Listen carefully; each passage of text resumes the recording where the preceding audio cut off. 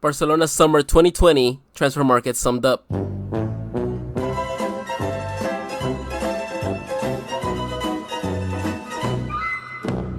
Ah yes, it was a hell of a market, huh guys? And that is the topic of today's video. We're gonna have a discussion on what went right and what went wrong in this transfer market. And as you know guys, this was a very important transfer market. It was probably one of the most important in, I could say, the last decade or two. And this was due to the fact that we actually had very poor transfer markets in the past years. It was year and year again of not getting the right players for the positions we needed. It was the expensive signings of players that just were not up to the standards of Barcelona, and so on and so forth. These are obviously things that have been mentioned throughout this summer, and that all came crashing down when we got beaten by Bayern Munich 8-2. Once the whistle blew, not only the Barcelona fans and the media asked for change, but it was the players themselves who came out saying there was change needed.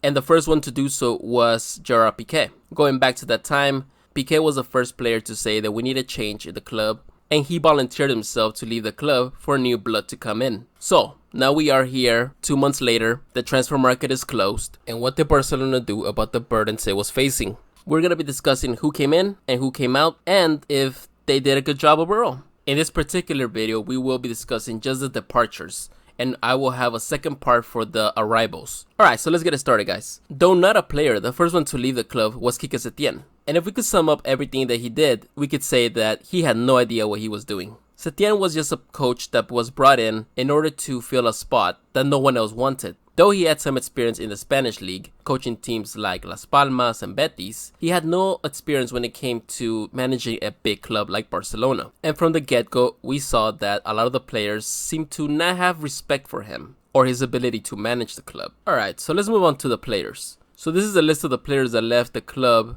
this summer. There is Sergio Akieme, Monchu, Juan Miranda, and Moussa Weng, who are players that were actually playing in Barcelona B, but we're gonna move to Barcelona A eventually, except these players don't have the skills or capability to be in the first team. Now I'm not too sure about their transfer situation, but it seems they all were transferred for free to different clubs, or at least loaned out. But the first major player that left the club this summer was actually Arda Turan. And yes, he actually hasn't been in the club for a few years now, but he officially moved out of the club, not being out on loan anymore. We let him go to Galatasaray for a free transfer, but he did arrive to Barcelona in the season 2015-2016 from Atletico de Madrid for a fee of 38 million euros. And he actually played one season with us here in Barcelona, but it was a complete disaster. Arda Turan was not near the player he was at Atletico Madrid, and Barcelona went on the next season to have him on loan for a loan fee of 13.2 million euros. So they were able to get a little bit back of what they had spent the season prior. Still, this was a bad move from Barcelona and the directives in the club. Another player that left the club was Marc Cucurella. And like Arda Turan, he was actually on loan last season in Getafe. Getafe opted to buy him this season. Perhaps Barcelona could have gotten more than 11 million euros for this player, given that he is a good player and is very young. But I approve this move because he had no place in the A squad of Barcelona. Carles Perez is another player that left this season on a permanent deal. He played half the season last year with Barcelona, where he actually did pretty good in the few performances that he had. Later he got moved on to Roma on a loan deal, and now we have sold him to Roma for 12.1 million euros. But again, just like Cucurella, a player that perhaps good enough to play for a lot of the teams around Europe, but just not good enough to be a Barcelona player, let alone compete with the players that Barcelona currently have in the forward positions. I would say another great move from Barcelona. The next player that we sold this season was Ivan Rakitic. We sold him back to Sevilla for 1.65 million euros.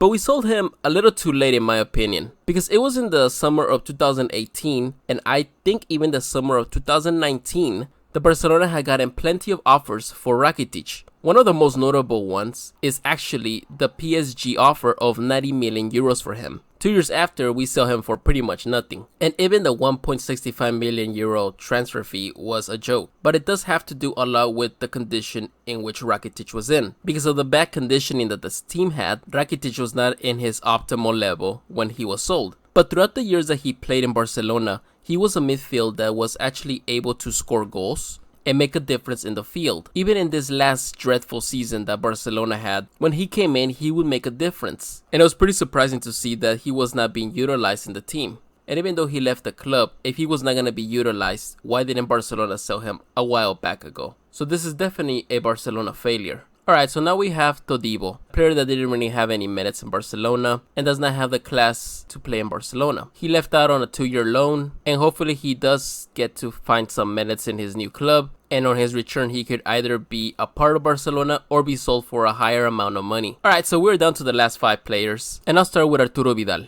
We bought him from Bayern Munich for 19.8 million euros, but he was definitely past his prime already. In Barcelona, he wasn't able to get a starting role, but he definitely brought character to the team, and perhaps the physical aspect of the team deteriorated his ability to perform at the level he would, because even though Barcelona was pretty out of shape, Arturo was always a player that kept running after the ball. We let him go on a free transfer deal to Inter de Milan, and there is still a market for Arturo Vidal at this point. So I think Barcelona made a great mistake by letting him go for free. I'm not saying that he shouldn't have left the club, but I'm saying that we should have gotten some money for him at least. Arturo, like Ivan Rakitic, is a player that still has a market either here in Europe or in places like America. So it's hard to understand why Barcelona has been letting go of these players for free. But alright, let's move on with the free players. And the next one that comes up is Rafinha. We gave up Rafinha to Paris Saint-Germain for free. Why are we giving things away for free to PSG of all teams? PSG is a team that has done a lot of damage to Barcelona in recent years. They're also a direct rival in the Champions League. Not only that, Rafinha is only 27 years old. He's not an old player. Again, just another mess up from this board of directors. Now, not only do you give him free, but like I said, you give him free to PSG. At the end of the day, he's free. I'm pretty sure there's many, and when I mean many, there are many clubs around Europe that would have taken him for free. And you give him to the team that takes away Neymar, doesn't sell you a Rabiot even though he wants to come to the club, and has always played games with Barcelona when it came to selling the center backs that they had with Thiago Silva and Marquinhos. But alright, that's a different discussion for another day. Alright, the next one's a really big one, and that is Luis Suarez. Luis Suarez leaves again to a direct rival, Atletico Madrid. And it couldn't get more direct if it wasn't Real Madrid itself, because Atletico de Madrid is the third team that fights for the Spanish title. Barcelona gave a world-class striker to a team that is a direct rival in the Spanish league. It seems they forgot about what happened in the case of Villa. The same season they sold him, Atletico Madrid won the Spanish league and kicked Barcelona out of the Champions League. Not only does it affect the team in general, but it also affected your biggest star, Messi, because as we know, they were inseparable friends.